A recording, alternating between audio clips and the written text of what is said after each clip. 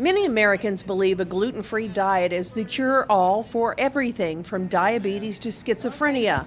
The research firm Mintel reports the market for gluten-free foods is predicted to raise $15 billion by the end of 2016.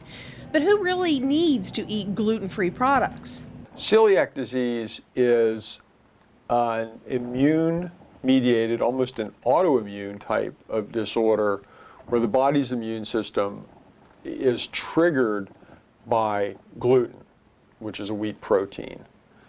And that causes a variety of intestinal problems. People commonly have diarrhea, weight loss, malabsorption, but can also have extraintestinal symptoms, including arthritis and even mood and mental effects as well. So a far-reaching condition and may be present in approximately slightly less than 1% of the population. Lately, some food manufacturers have begun advertising all sorts of products as gluten-free, even foods that have never contained gluten, like fruit. Dr. Jones believes that the American public's search for these products is the latest food trend.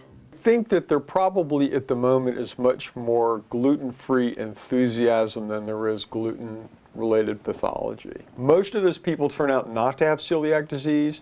Most of those people turn out to not have a true gluten-sensitive non-celiac gluten-sensitive enteropathy.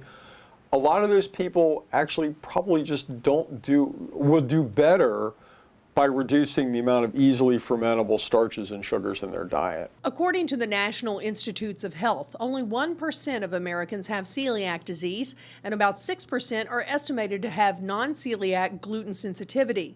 So a very small percentage of the population truly need gluten-free foods. Many others are choosing gluten-free diets in hopes that it will help them lose weight.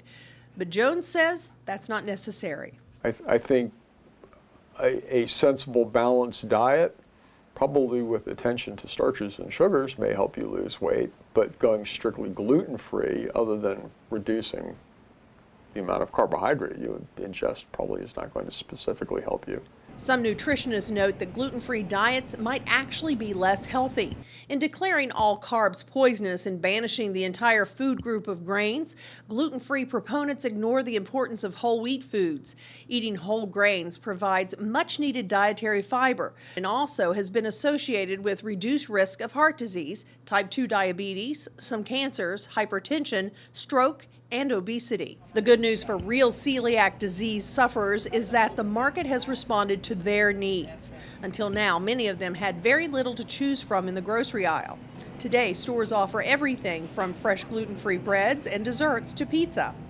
That would not be possible without advancements in agriculture and food processing techniques. I think life is easier and much simpler and safer for the people who truly need a gluten-free diet. Their dietary options are much broader. Restaurants are much more aware in terms of food preparation. And the foods that are available are much more readily available than they were 10 years ago or 5 years ago. So before jumping on the latest food fad, James encourages his patients to learn more about food science and nutrition, and to reduce the amount of easily fermentable starches and sugars in their diet. And that's something both wheat growers and consumers can all agree on.